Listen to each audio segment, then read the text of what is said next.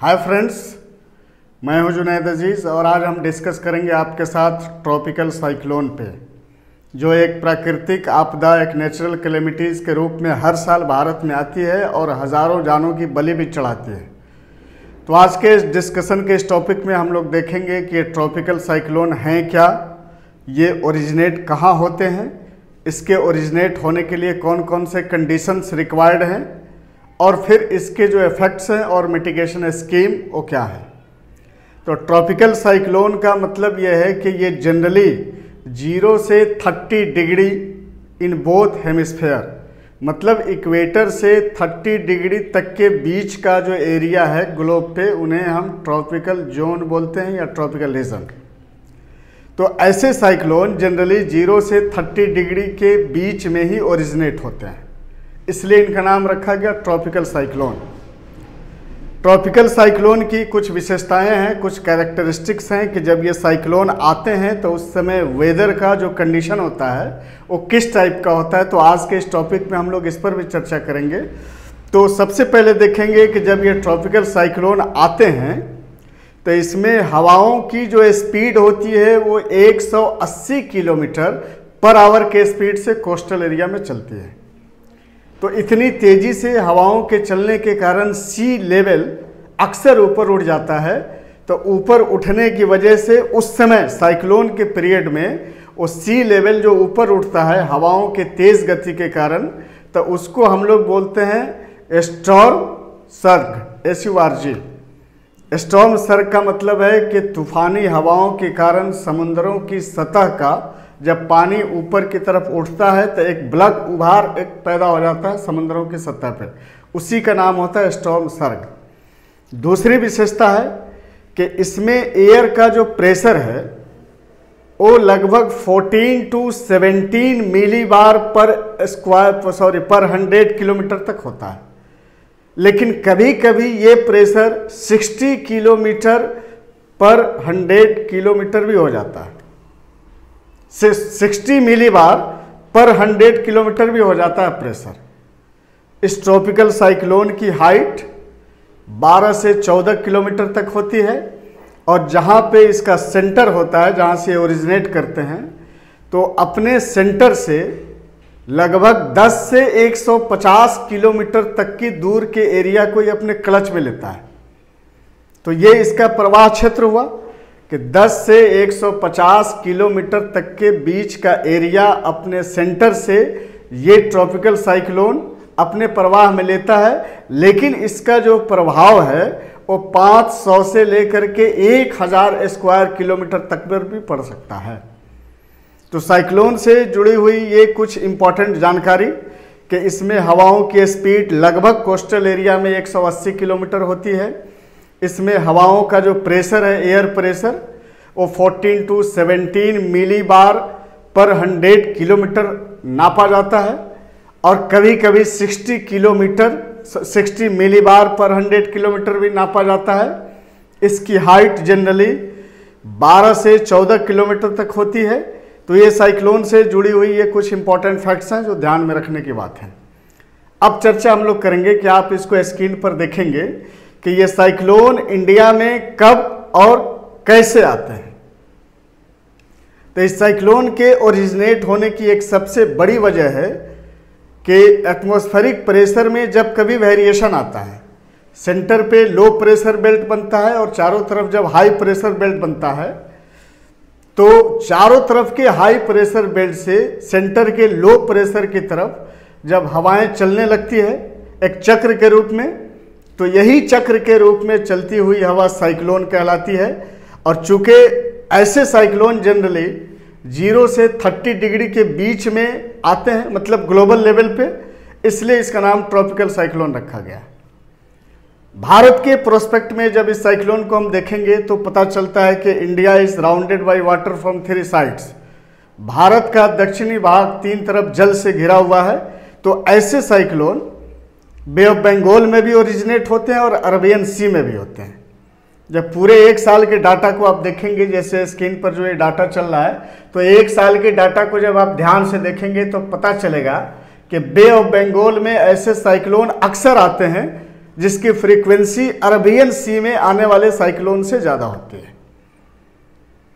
Arabian सी में जो cyclone generate होते हैं वो जनरली मॉनसून सीजन में, मतलब जून जुलाई में, मॉनसून सीजन में ये ओरिजिनेट होते हैं, जो 15 से लेकर के 17 डिग्री तक नॉर्थ पैरेलल्स में चले जाते हैं।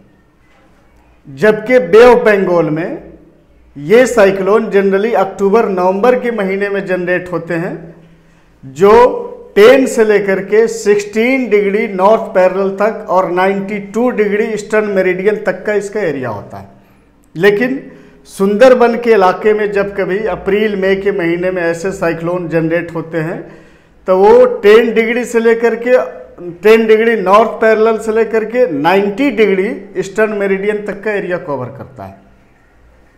तो ये तो बे ऑफ बंगाल और अरबियन सी में साइक्लोन के जनरेट होने के जो कंडीशंस रिक्वायर्ड है वो जनरली इसी मौसम में क्रिएट होते हैं, इसलिए ये साइक्लोन अरबियन सी में मानसून सीजन में, मतलब जून जुलाई के महीने में ओरिजिनेट होते हैं, जबकि बंगाल की खाड़ी में अक्टूबर नवंबर के महीने में जनरेट होते हैं। सुंदरबन के इलाके में ये अप्रैल मई में भी जनरेट होते हैं, लेकिन उसके जो ओरिजिनेट होने का ये एरिया 10 से 16 डिग्री नॉर्थ पैरेलल या फिर 90 से लेकर के 92 डिग्री ईस्टर्न मेरिडियन, यही एरिया होता है बे ऑफ बंगाल का। अब देखेंगे हम लोग कि साइक्लोन के जनरेट होने के पीछे जो रीज़न है, कारण है, वो क्या है। तो सबसे पहला कारण इसमें आता है वेरिएशन इन एटमॉस्फेरिक प्रेशर। जब कभी भी सरफेस पे इंक्लूडेड लैंड एंड वाटर दोनों इसमें जुड़े हुए हैं, तो इस पर जब प्रेशर में वेरिएशन आता है तो हवाएं हाई प्रेशर से लो प्रेशर की तरफ मूव करने लगती है एक चक्र के रूप में, जो साइक्लोन के जनरेट होने की वजह बनते हैं। एटमॉस्फेयर के लोअर लेयर मतलब ट्रोपोस्फेयर में कुछ एटमॉस्फेरिक डिस्टरबेंस की वजह से भी ये साइक्लोन जनरेट होते हैं। तो ये बड़ा रीज़न है साइक्लोन के जनरेट होने का। अब हम लोग बात करते हैं कि वर्स्ट इफेक्ट ऑफ साइक्लोन के पड़ने वाले बुरे प्रभाव एक सामान्य जनजीवन पे। तो आप देखेंगे कि साइक्लोन जब कभी भी कोस्टल एरिया में आता है तो it causes heavy rainfall in coastal area. इससे हैवी रेनफॉल होता है, जिसकी वजह से फ्लड सिचुएशन भी क्रिएट हो जाता है। हवाओं की स्पीड इसमें 180 किलोमीटर पर आवर के स्पीड से चलने के कारण कोस्टल एरिया में पाए जाने वाले बहुत से बिल्डिंग्स और पेड़ भी गिर जाते हैं, अपरूट हो जाते हैं, उखड़ जाते हैं। ट्रांसपोर्ट और कम्युनिकेशन के सिस्टम भी बैडली अफेक्ट होते हैं इससे। मतलब ये पूरी तरह से loss of life and property का कारण बनते हैं। कोस्टल एरिया में हेवी रेनफॉल की वजह से फ्लड का आना, मकानों का गिर जाना, पेड़ का उखड़ जाना, ट्रांसपोर्ट्स और कम्युनिकेशन सिस्टम का बर्बाद हो जाना, ये सब इसके वर्स्ट इफेक्ट हैं साइक्लोन के। अब इसमें देखेंगे कि चूंकि ये नेचुरल कैलेमिटी है, मौसम से जुड़ा हुआ है, और मौसम से जुड़ा हुआ होने के कारण इसको कंप्लीटली तौर पे रोकना ये इम्पॉसिबल है। अब बचने के लिए कुछ बेसिक पॉइंट सजेस्ट किए जाते हैं जो याद रखना चाहिए।